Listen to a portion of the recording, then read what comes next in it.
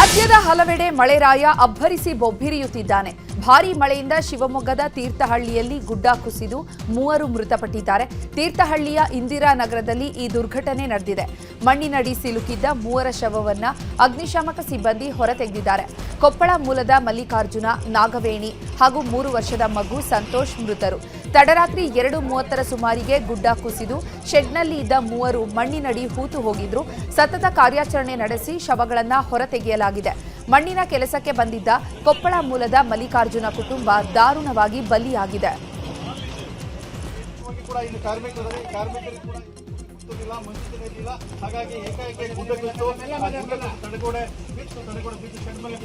ಪರಿಣಾಮವಾಗಿ ಒಂದೇ ಕುಟುಂಬದ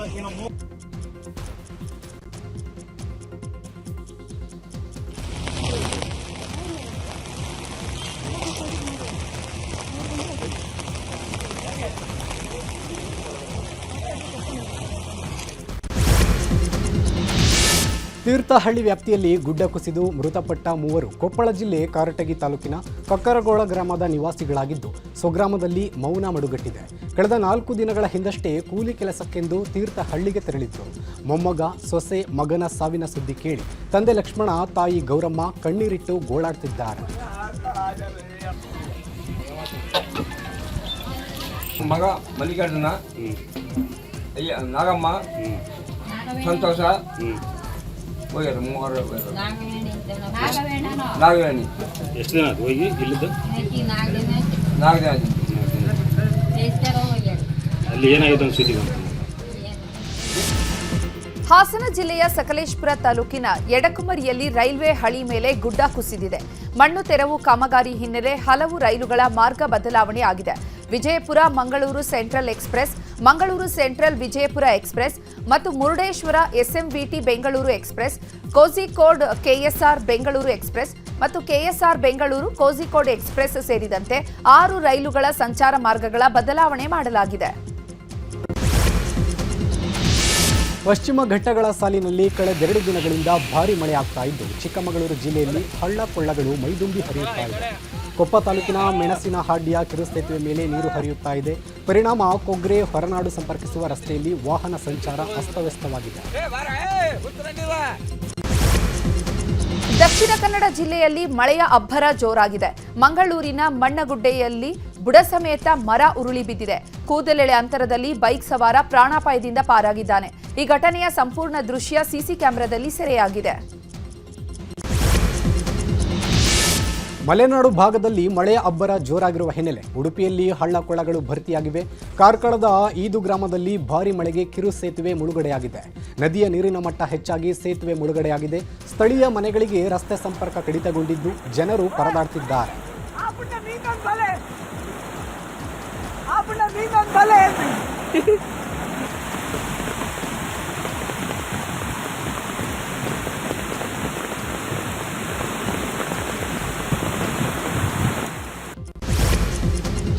ಉತ್ತರ ಕನ್ನಡ ಜಿಲ್ಲೆಯ ಶಿರಸಿಯಲ್ಲಿ ಭಾರೀ ಮಳೆ ಮುಂದುವರೆದಿದೆ. ಕಳೆದ 2 ದಿನದಿಂದ ಎಡಬಿಡದೆ ಮಳೆ ಸುರಿತಾ ಇದ್ದು ಹಲವು ಕಡೆ ಹಾನಿ ಉಂಟಾಗಿದೆ. ಶಿರಸಿ ಹುಬ್ಬಳ್ಳಿ ರಸ್ತೆ ಜಲಾವೃತವಾಗಿ ವಾಹನ ಸವಾರರು ಪರದಾಡಿದ್ದಾರೆ. ಕೋಟೆ ಮಾರ್ಗದಲ್ಲಿ ಮಳೆ ನೀರು ನಿಂತಿದ್ದು ವಾಹನ ಸಂಚಾರ ಅಸ್ತವ್ಯಸ್ತವಾಗಿದೆ. ಶಿರಸಿಯ ಕೆಲವು ಬಡಾವಣೆಗಳಲ್ಲಿ ಆ ಮನೆಗಳಿಗೆ ನೀರು ನುಗ್ಗಿ ಜನ ಕಂಗಾಲಾಗಿದ್ದಾರೆ.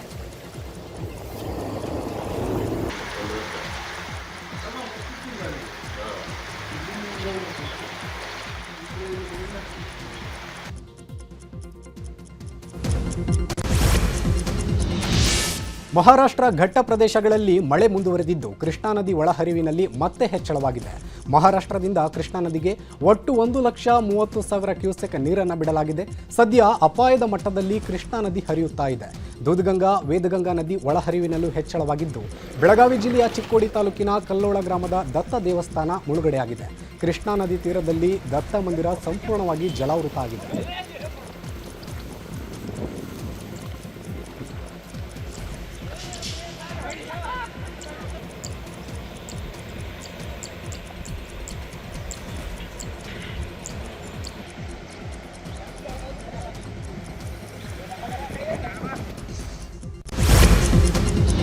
ಹುಬ್ಬಳ್ಳಿಯಲ್ಲೂ ಜೋರು ಮಳೆಯಾಗಿದೆ. ನಗರದ ವಿವಿಧೆಡೆ ಮಳೆಯಾಗಿದ್ದು ಬಿಸಿಲಿಗೆ ಕಾದು ಕೆಂಡವಾಗಿದ್ದ ಭೂಮಿಗೆ ವರುಣದೇವ ತಂಪೆರೆದಿದ್ದಾನೆ.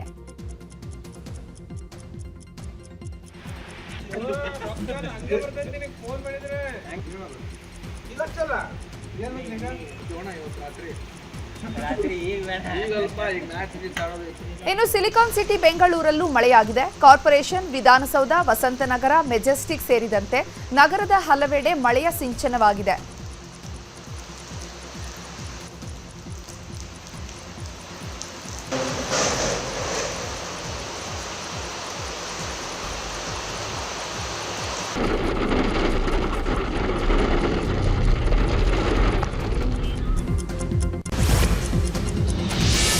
ಬೆಳಗಾವಿ ಜಿಲ್ಲೆಯ ಘಟಪ್ರಭಾ ಬಲದಂಡೆ ಕಾಲುವೆಗೆ ಸಚಿವ ಸತೀಶ್ ಜಾರಕಿಹೊಳಿ ಭೇಟಿ ನೀಡಿ ಪರಿಶೀಲನೆ ನಡೆಸಿದ್ದಾರೆ.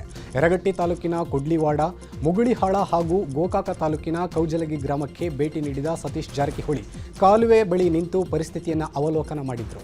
ಕಾಲುವೆ ಬಳಿ ದುರಸ್ತಿ ಕಾಮಗಾರಿಗಳನ್ನು ವಿಳಂಬ ಮಾಡಬೇಡಿ, ತಕ್ಷಣ ಕೆಲಸವನ್ನು ಪ್ರಾರಂಭ ಮಾಡಬೇಕು, ಜಾನುವಾರುಗಳಿಗೆ ನೀರಿನ ಕೊರತೆ ಆಗದಂತೆ ಕ್ರಮ ವಹಿಸಬೇಕೆಂದು ಅಧಿಕಾರಿಗಳಿಂದ ಸಚಿವರು ಸೂಚನೆ ಕೊಟ್ಟಿದ್ದಾರೆ. ಇನ್ನು ಮಹಾರಾಷ್ಟ್ರದ ಪಶ್ಚಿಮ ಘಟ್ಟ ಪ್ರದೇಶದಲ್ಲಿ ಮಳೆ ಅಬ್ಬರ ಜೋರಾಗಿದ್ದು ಕೊಡಚಿನ ಮಲ್ಕಿ ಫಾಲ್ಸ್ ಮೈದುಂಬಿ ಹರಿಯುತ್ತಾ ಇದೆ. ಮಾರ್ಕಂಡೇಯ ನದಿ ಬಳ್ಳಾರಿ ನಾಲದಿಂದ ಜಲಪಾತ ಧುಮುಕುತ್ತಿದ್ದು ಕೊಡಚಿನ ಮಲ್ಕಿ ಫಾಲ್ಸ್ಗೆ ಸಚಿವ ಸತೀಶ್ ಜಾರಕಿಹೊಳಿ ಭೇಟಿ ನೀಡಿ ಕಣ್ತುಂಬಿಕೊಂಡಿದ್ದಾರೆ. ನೀರಿನ ಮಟ್ಟ ಪರಿಶೀಲನೆ ಜೊತೆಗೆ ಪ್ರಕೃತಿ ಸೊಬಗನ್ನು ಸವಿದಿದ್ದಾರೆ.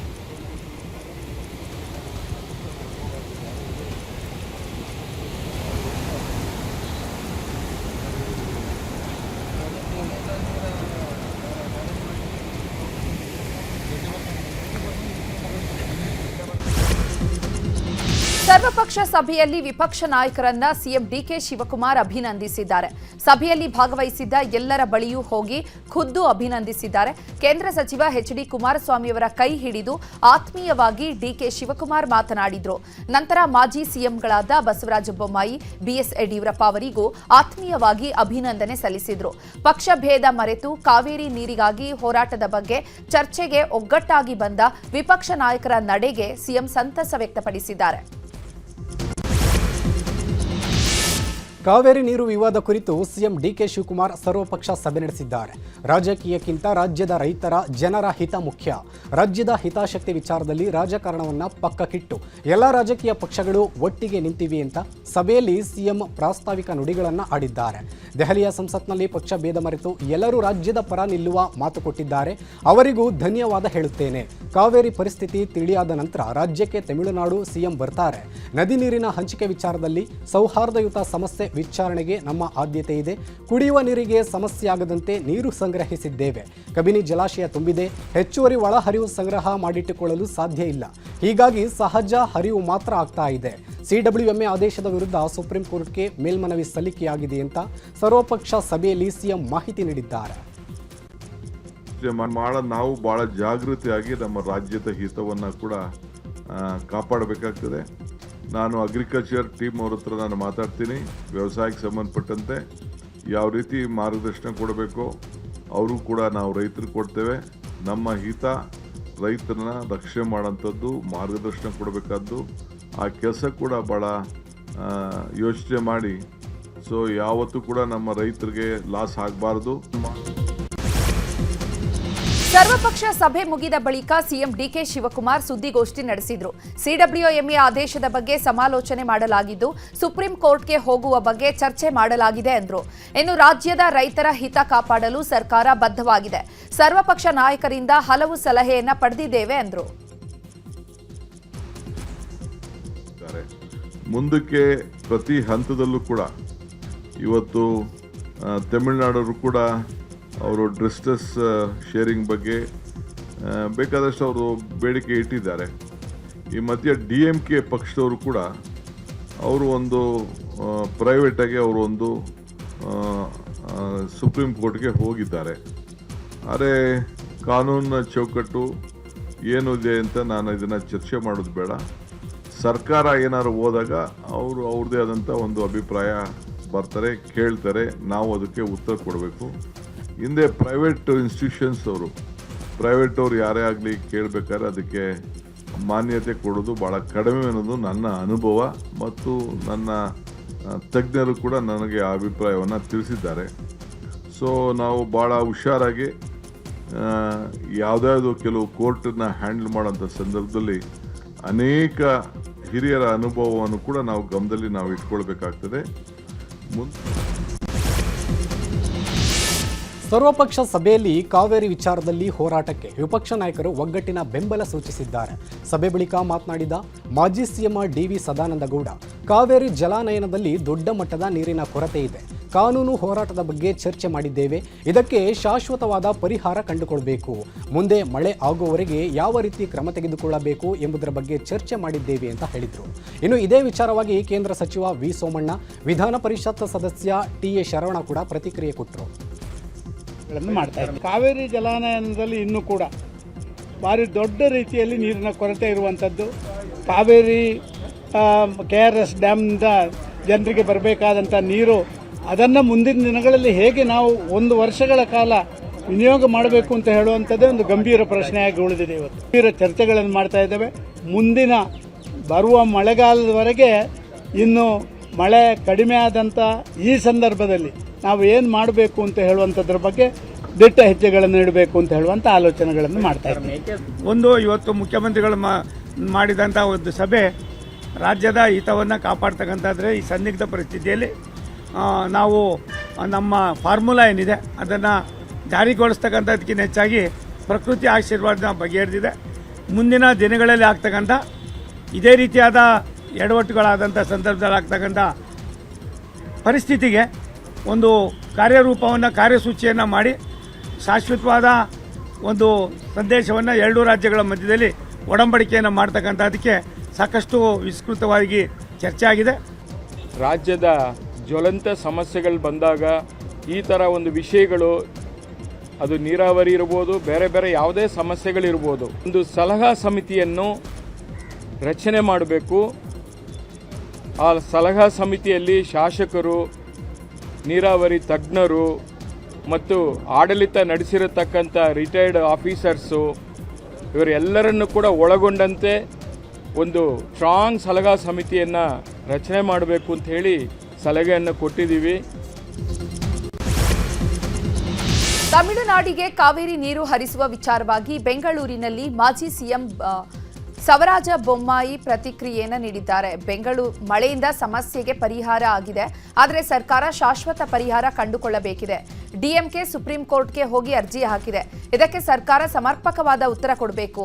ಅಲ್ಲಿ ವಾದ ಮಾಡಿಲ್ಲ ಅಂದ್ರೆ ಮತ್ತೆ ರಾಜ್ಯ ಸಂಕಷ್ಟಕ್ಕೆ ಸಿಲುಕಿಕೊಳ್ಳಲಿದೆ ಅಂತ ಬಸವರಾಜ ಬೊಮ್ಮಾಯಿ ಹೇಳಿದರು.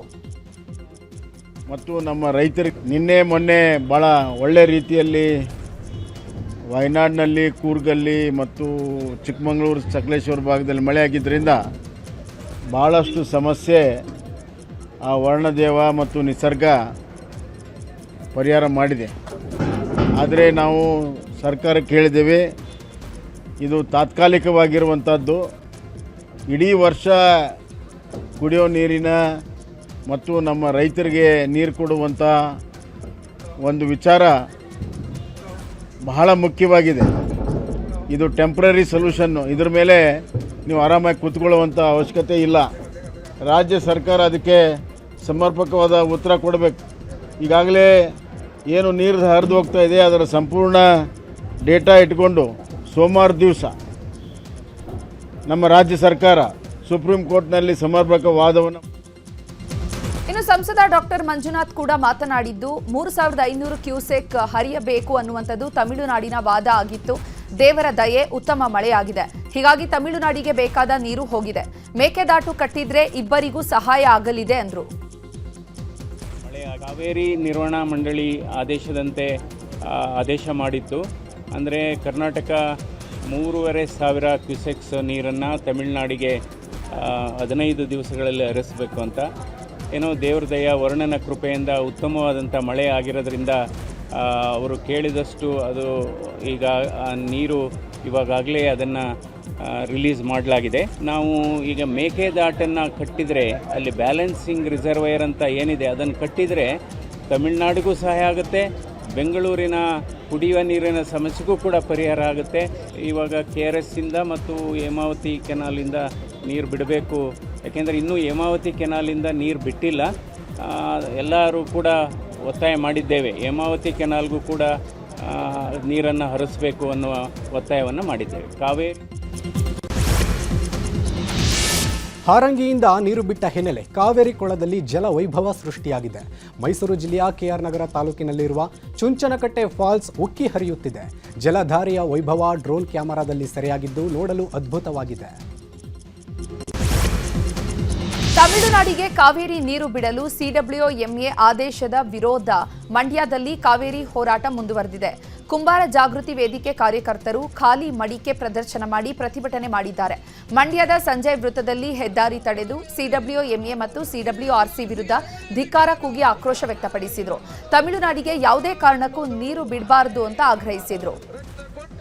ಎಲ್ಲ ವ್ಯವಸಾಯಗಳು ಕೂಡ ನಿಂತು ಹೋಗುತ್ತೆ, ಕೂಲಿ ಕಾರ್ಮಿಕ ಕೂಡ ಸಿಗೋದಿಲ್ಲ. ಇಂಥ ವೇಳೆನಲ್ಲಿ ಸುಮ್ಮನೆ ಖ್ಯಾತೆ ಮಾಡ್ತಕ್ಕಂಥದ್ದು, ದಿನ ತಗಾದೆ ಮಾಡ್ತಕ್ಕಂಥ ಕೆಲಸವನ್ನ ಇವತ್ತು ತಮಿಳುನಾಡು ಮಾಡ್ತಾ ಇದೆ. ಕೂಡ ಮೇಕೆದಾಟು ಯೋಜನೆ ಬೆಂಬಲಿಸುವಂತೆ ಬಿಜೆಪಿ ರಾಜ್ಯಾಧ್ಯಕ್ಷ ವಿಜಯೇಂದ್ರ ತಮಿಳುನಾಡು ಸಿಎಂಗೆ ಪತ್ರ ಬರೆದಿದ್ದಾರೆ. ಈ ಯೋಜನೆಯ ಬೆಂಬಲ ಎರಡು ರಾಜ್ಯದ ಸರ್ಕಾರಕ್ಕೆ ಸಾಂಕೇತಿಕವಾಗಲಿದೆ. ಕಾವೇರಿ ನಮ್ಮ ಜನರನ್ನ ಒಗ್ಗೂಡಿಸಲಿ. ಕರ್ನಾಟಕದಲ್ಲಿನ ಕನ್ನಡಿಗರು ಹಾಗೂ ತಮಿಳಿಗರು ಈ ಕುಡಿಯುವ ನೀರಿನ ಮೇಲೆ ಅವಲಂಬಿತರಾಗಿದ್ದಾರೆ. ಮೇಕೆದಾಟು ಯೋಜನೆಗೆ ಬೆಂಬಲಿಸುವಂತೆ ಸಿಎಂ ವಿಜಯ್ಗೆ ವಿಜಯೇಂದ್ರ ಪತ್ರ ಬರೆದಿದ್ದಾರೆ. ಇನ್ನು ತಮಿಳುನಾಡು ಸಿಎಂ ವಿಜಯ್ಗೆ ಪತ್ರ ಬರೆದ ವಿಚಾರವಾಗಿ ವಿಜಯೇಂದ್ರ ರಿಯಾಕ್ಟ್ ಮಾಡಿದ್ದಾರೆ. ಪತ್ರ ಬರೆದ ಮೂಲ ಉದ್ದೇಶ ರಾಜ್ಯದ ರೈತರ ಹಿತ ಕಾಪಾಡೋದು. ಕರ್ನಾಟಕ ತಮಿಳುನಾಡು ಒಟ್ಟಿಗೆ ಅನ್ಯೋನ್ಯವಾಗಿ ಹೋಗಬೇಕಿದೆ. ಎರಡೂ ರಾಜ್ಯದ ಜನರಿಗೆ ಕುಡಿಯುವ ನೀರು ಮತ್ತು ಬೆಳೆಗಳಿಗೆ ನೀರಿನ ಅವಶ್ಯಕತೆ ಇದೆ. ಆ ನಿಟ್ಟಿನಲ್ಲಿ ಮೇಕೆದಾಟು ಯೋಜನೆಗೂ ತಮಿಳುನಾಡು ಸರ್ಕಾರ ಸಹಕಾರವನ್ನು ನೀಡಬೇಕು ಅಂತ ವಿಜಯೇಂದ್ರ ಹೇಳಿದ್ದಾರೆ. ಮುಖ್ಯಮಂತ್ರಿಗಳಿಗೆ ಪತ್ರವನ್ನು ಬರೆದಿದ್ದಾರೆ. ಮೂಲ ಉದ್ದೇಶ ಏನಪ್ಪ ಅಂತ ಹೇಳಿದ್ರೆ, ಕನ್ನಡಿಗರಾಗಿರ್ಬೋದು, ತಮಿಳರಾಗಿರ್ಬೋದು, ಕರ್ನಾಟಕ ಮತ್ತು ತಮಿಳುನಾಡು ಒಟ್ಟಿಗೆ ನಾವು ಅನ್ಯೋನ್ಯವಾಗಿ ಹೋಗಬೇಕಾಗ್ತದೆ. ಮೇಕೆದಾಟು ವಿಚಾರ ಇರ್ಬೋದು, ಕಾವೇರಿ ನದಿ ನೀರಿನ ಹಂಚಿಕೆ ವಿಚಾರ ಇರ್ಬೋದು, ಎರಡೂ ರಾಜ್ಯದ ಮುಖ್ಯಮಂತ್ರಿಗಳು ಮನಸ್ಸು ಮಾಡಿದರೆ ಖಂಡಿತವೆಲ್ಲವೂ ಕೂಡ ಬಗೆಹರಿಸೋದಕ್ಕೆ ಸಾಧ್ಯತೆ ಇದೆ. ತಮಿಳುನಾಡಿಗೆ ಕಾವೇರಿ ನೀರು ಹರಿಸ್ತಾ ಇರೋದನ್ನ ವಿರೋಧಿಸಿ ಮತ್ತು ರಾಜ್ಯ ಸರ್ಕಾರದ ನಿರ್ಧಾರವನ್ನ ಖಂಡಿಸಿ ಹಿರಿಯ ಕನ್ನಡಪರ ಹೋರಾಟಗಾರ ವಾಟಾಳ್ ನಾಗರಾಜ್ ಆಕ್ರೋಶ ಹೊರಹಾಕಿದ್ದಾರೆ. ಮೈಸೂರಿನಲ್ಲಿ ಮಾತನಾಡಿದ ಅವರು, ರಾಜ್ಯದಲ್ಲಿ ರೈತರ ಧ್ವನಿ ಕೇಳುವವರೇ ಇಲ್ಲದಂತಾಗಿದೆ. ನಮ್ಮೂರಿನ ನಾಲೆಗಳಲ್ಲಿ ನೀರಿಲ್ಲ, ತಮಿಳುನಾಡಿಗೆ ನೀರು ಬಿಡ್ತಿದ್ದಾರೆ. ಕರ್ನಾಟಕದಲ್ಲಿ ಬಂದ್ ಮಾಡ್ತೀವಿ ಅಂತ ಗುಡುಗಿದ್ರು. ಈ ರಾಜ್ಯ ಯಾರು ಕೇಳೋರಿಲ್ವೇ ಅನ್ನೋ ಥರ ನಿರ್ಧಾರ ಆಗಿದೆ. ತಮಿಳುನಾಡಿಗೆ ನೀರು ಬಿಡೋದು ಸೇರಿದಂತೆ ಅನೇಕ ಬೇಡಿಕೆಗಳು ನಾವು ಮಂಡಿಸಿ 13ನೇ ತಾರೀಕು ಬೆಳಗ್ಗೆ 6ರಿಂದ ಸಂಜೆ 6ರವರೆಗೆ ಅಖಂಡ ಕರ್ನಾಟಕ ಬಂದ್. ಎಲ್ಲ ನೀವು ಅಧಿಕಾರದಲ್ಲಿ ಇದ್ದೀನಿ ಅಂತೇಳಿ ಹೋರಾಟಗಾರರ ಮೇಲೆ ವ್ಯಂಗ್ಯ ಮಾಡೋದಾಗಲಿ ಮಾತಾಡೋದಾಗಲಿ ಅವು ಮಾತಾಡಬೇಡಿ. ನಾವು ಬೇಕಾದರೆ ಫುಟ್ಪಾತ್ ಕೂತ್ಕೊಂಡು ಚಳವಳಿ ಮಾಡ್ತೀವಿ. ಮಾನ್ಯ DK ಶಿವಕುಮಾರ್ ಅವರೇ, ವ್ಯಂಗ್ಯ ಬೇಡ, ಹಾಗೆಲ್ಲ ಮಾತಾಡಬಾರ್ದು. ಮಾತಾಡಿದ ಗೌರವ ಅಲ್ಲ, ಅದಲ್ಲ, ಅರ್ಥವಿಲ್ಲ. ಬಂದ್ ಮಾಡ್ತೀವಿ. ಯಾವ ಕಾರಣಕ್ಕೂ ನಿಲ್ಲಲ್ಲ, ಯಾವ ಒತ್ತಡಕ್ಕೂ ಮಣಿಯಲ್ಲ. ಸಚಿವ ಸಂಪುಟ ವಿಸ್ತರಣೆ ವಿಚಾರ ಮತ್ತೊಮ್ಮೆ ರಾಜಕೀಯ ವಲಯದಲ್ಲಿ ಕುತೂಹಲ ಹಾಗೂ ಗೊಂದಲಕ್ಕೆ ಕಾರಣವಾಗಿದೆ. ನಾಳೆ ಸಂಜೆ 4 ಗಂಟೆಗೆ ನೂತನ ಸಚಿವರ ಪ್ರಮಾಣ ವಚನ ಸಮಾರಂಭ ನಡೆಯಲಿದೆ ಎನ್ನಲಾಗಿತ್ತು. ಸಚಿವರು ಯಾರೆಂಬುದರ ಬಗ್ಗೆ ಇದುವರೆಗೂ ಯಾವುದೇ ಅಧಿಕೃತ ತೆರೆಬಿದ್ದಿಲ್ಲ. KC ವೇಣುಗೋಪಾಲ್, ಸುರ್ಜೇವಾಲಾ ರಾಜ್ಯಕ್ಕೆ ಆಗಮಿಸುವ ಬಗ್ಗೆ ಈ ತನಕ ಅಧಿಕೃತ ಮಾಹಿತಿ ಇಲ್ಲ. ಅಲ್ಲದೆ ಲೋಕಭವನಕ್ಕೂ ಸಿಎಂ ಕಚೇರಿಯಿಂದ ಯಾವುದೇ ಲಿಖಿತ ಮಾಹಿತಿ ಬಂದಿಲ್ಲ. ಹೀಗಾಗಿ ಸಚಿವ ಸ್ಥಾನದ ಆಕಾಂಕ್ಷಿಗಳು ಗೊಂದಲದಲ್ಲಿದ್ದಾರೆ. ಇನ್ನು ನಾಳೆ ಸಂಪುಟ ವಿಸ್ತರಣೆ ಆಗುತ್ತೆ ಅಂತ ಗೃಹ ಸಚಿವ ಪ್ರಿಯಾಂಕ್ ಖರ್ಗೆ ಹೇಳಿದ್ದಾರೆ. ದೇವನಹಳ್ಳಿ ಕೆಂಪೇಗೌಡ ವಿಮಾನ ನಿಲ್ದಾಣದಲ್ಲಿ ಮಾತನಾಡಿದ ಅವರು, ನಾಳೆ ಸಂಪುಟ ವಿಸ್ತರಣೆ ಆಗೇ ಆಗುತ್ತೆ ಅಂತ ಹೇಳಿದ್ದಾರೆ. ಆಗುತ್ತಪ್ಪ, ಆಗುತ್ತೆ, ಸ್ವಲ್ಪ ಹುಷಾರು ದಯವಿಟ್ಟು. ಆಗುತ್ತಪ್ಪ, ಆಗುತ್ತೆ, ಸ್ವಲ್ಪ ಹುಷಾರು ದಯವಿಟ್ಟು. ಆಗುತ್ತಪ್ಪ, ಆಗುತ್ತೆ, ಸ್ವಲ್ಪ ಹುಷಾರು ದಯವಿಟ್ಟು. ಆಗುತ್ತಪ್ಪ, ಆಗುತ್ತೆ. ವಿಜಯಪುರ ಜಿಲ್ಲೆಯಲ್ಲಿ ನಡೆದ ಕಾನ್ಸ್ಟೇಬಲ್ ನೇಮಕಾತಿ ಪರೀಕ್ಷೆ ಗೊಂದಲ ಹಾಗೂ ಆಕ್ರೋಶಕ್ಕೆ ಕಾರಣವಾಗಿದೆ. ತಿಕೋಟಾ ಪಟ್ಟಣದ ಶಾರದಾಂಬೆ ಪಿಯು ಕಾಲೇಜು ಪರೀಕ್ಷಾ ಕೇಂದ್ರದಲ್ಲಿ ಪರೀಕ್ಷಾರ್ಥಿಗಳು ಮತ್ತು ಪೊಲೀಸರ ನಡುವೆ ವಾಗ್ವಾದ ನಡೆದಿದ್ದು ಪರಿಸ್ಥಿತಿ ಉದ್ವಿಗ್ನಗೊಂಡಿದೆ. ಪ್ರಶ್ನೆ ಪತ್ರಿಕೆ ಅರ್ಧ ಗಂಟೆ ತಡವಾಗಿ ನೀಡಿದ ಆರೋಪ ಹಿನ್ನೆಲೆ ಗೇಟ್ ಮುರಿದು ಅಭ್ಯರ್ಥಿಗಳು ಆಕ್ರೋಶ ಹೊರಹಾಕಿದ್ರು. ಪರೀಕ್ಷಾ ಕೇಂದ್ರದ ಹೊರಭಾಗದಲ್ಲಿ ಖಾಕಿ ಕಟ್ಟೆಚ್ಚರ ವಹಿಸಿತ್ತು. ಡಿಆರ್ ತುಕಡಿ ಸೇರಿದಂತೆ ಹಿರಿಯ ಅಧಿಕಾರಿಗಳ ಸ್ಥಳದಲ್ಲೇ ಮೊಕ್ಕಾಂ ಹೂಡಿದ್ದು ಅಭ್ಯರ್ಥಿಗಳನ್ನು ಪೊಲೀಸರು ವಾಪಸ್ ಕಳುಹಿಸಿದರು. ಇನ್ನು ಪೊಲೀಸ್ ಕಾನ್ಸ್ಟೇಬಲ್ ನೇಮಕಾತಿ ಪ್ರವೇಶ ಪರೀಕ್ಷೆ ವೇಳೆ ಗೊಂದಲ ವಿಚಾರವಾಗಿ ಜಿಲ್ಲಾಧಿಕಾರಿ ಆನಂದಕ್ಕೆ ಪ್ರತಿಕ್ರಿಯೆ ನೀಡಿದ್ದಾರೆ. OMR ಶೀಟ್ ಹಾಗೂ ಪ್ರಶ್ನೆ ಪತ್ರಿಕಾ ಸರಿಯಾದ ಸಮಯಕ್ಕೆ ಕೇಂದ್ರಕ್ಕೆ ತರಲಾಗಿದೆ. ಕಾನೂನು ಪ್ರಕ್ರಿಯೆ ಪ್ರಕಾರ ಪರೀಕ್ಷಾರ್ಥಿಗಳ ಸಮ್ಮುಖದಲ್ಲಿ ತೆರೆಯಲಾಗಿದೆ. ಆದರೆ ಪ್ರಶ್ನೆ ಪತ್ರಿಕೆ OMR ಶೀಟ್ ಸೀರಿಯಲ್ ನಂಬರ್ ಬೇರೆ ಬೇರೆ ಎಂದು ಕೆಲವರು ತಗಾದೆ ತೆಗೆದರು. ನಂತರ ಪರೀಕ್ಷೆ ಬರೆಯೋಲ್ಲ ಎಂದು ಹೊರಬಂದಿದ್ದಾರೆ. ಒಮ್ಮೆ ಹೊರಗೆ ಹೋದರೆ ವಾಪಸ್ ಒಳಗೆ ಬರೋದು ಪರೀಕ್ಷಾ ಕಾನೂನಿನ ವಿರುದ್ಧ ಅಂತ ಹೇಳಿದರು. ಸುಮಾರು 117 ವಿದ್ಯಾರ್ಥಿಗಳಿಗಿಂತ ಹೆಚ್ಚಿಗೆ ವಿದ್ಯಾರ್ಥಿಗಳು ಆ ಪರೀಕ್ಷೆಯನ್ನು ಮುಂದುವರಿಸಿಕೊಂಡು ಬರ್ಸ್ಕೊಂಡು ಬಂದಿದ್ದಾರೆ. ಮತ್ತೆ ಇವರು ಹೊರಗೆ ಹೋಗಿರುವಂಥ ವಿದ್ಯಾರ್ಥಿಗಳು ಮತ್ತೆ ಇಲ್ಲಿ ಸಿಬ್ಬಂದಿಗಳು, ಪೊಲೀಸ್ ಸಿಬ್ಬಂದಿಗಳು ಅವರು ಮತ್ತೆ ನಾವು ಒಳಗಡೆ ನಮಗೆ ಅಲೋ ಮಾಡ್ಬೇಕಂತ ಹೇಳಿ ಒಂದು ಅಲ್ಲಿ ಗಲಾಟೆ ಆದಾಗ ಇಲ್ಲಿ ಒನ್ಸು ಇಲ್ಲಿ ಪ್ರಿಮೈಸಸ್ ಬಿಟ್ಟು ಹೊರಗಡೆ ಹೋಗಿದ್ದ ನಂತರ ಮತ್ತೆ ಒಳಗಡೆ ಬಂದರೆ ಅದು integrity of the examination process violate ಆಗ್ತದೆ. ಎಕ್ಸಾಮ್ SOP ನಲ್ಲಿ ಆ ರೀತಿ ಮಾಡ್ಲಿಕ್ಕೆ ಅವಕಾಶ ಇಲ್ಲ. ಮತ್ತೆ ಅದು ಪ್ರಾಪರ್ಟಿ ಆಫ್ ದಿ KE ಆಗ್ತದೆ. ಈಗ ಅಡ್ಮಿಟ್ ಕಾರ್ಡ್ನಲ್ಲೇ ಒನ್ ಆಫ್ ದಿ ಇನ್ಸ್ಟ್ರಕ್ಷನ್ಸ್ ತುಂಬ ಕ್ಲಿಯರ್ ಆಗಿದೆ. ಬಿಡದಿ ಟೌನ್ಶಿಪ್ ವಿರೋಧಿಸಿ ಜೆಡಿಎಸ್ನಿಂದ ಪಾದಯಾತ್ರೆಗೆ ದಿನಾಂಕ ನಿಗದಿಯಾಗಿದೆ. ಆಗಸ್ಟ್ 9ರಂದು 3 ದಿನಗಳ ಕಾಲ ಜೆಡಿಎಸ್ ನಾಯಕರು ಪಾದಯಾತ್ರೆ ನಡೆಸಲಿದ್ದಾರೆ. ಈ ಪಾದಯಾತ್ರೆಯಲ್ಲಿ ಮಾಜಿ ಪ್ರಧಾನಿ HD ದೇವೇಗೌಡರು ಕೂಡ ಭಾಗಿಯಾಗಲಿದ್ದಾರೆ. ಈ ಕುರಿತು ಜೆಡಿಎಸ್ ಯುವ ನಾಯಕ ನಿಖಿಲ್ ಕುಮಾರಸ್ವಾಮಿ ಮಾಹಿತಿ ನೀಡಿದ್ದಾರೆ.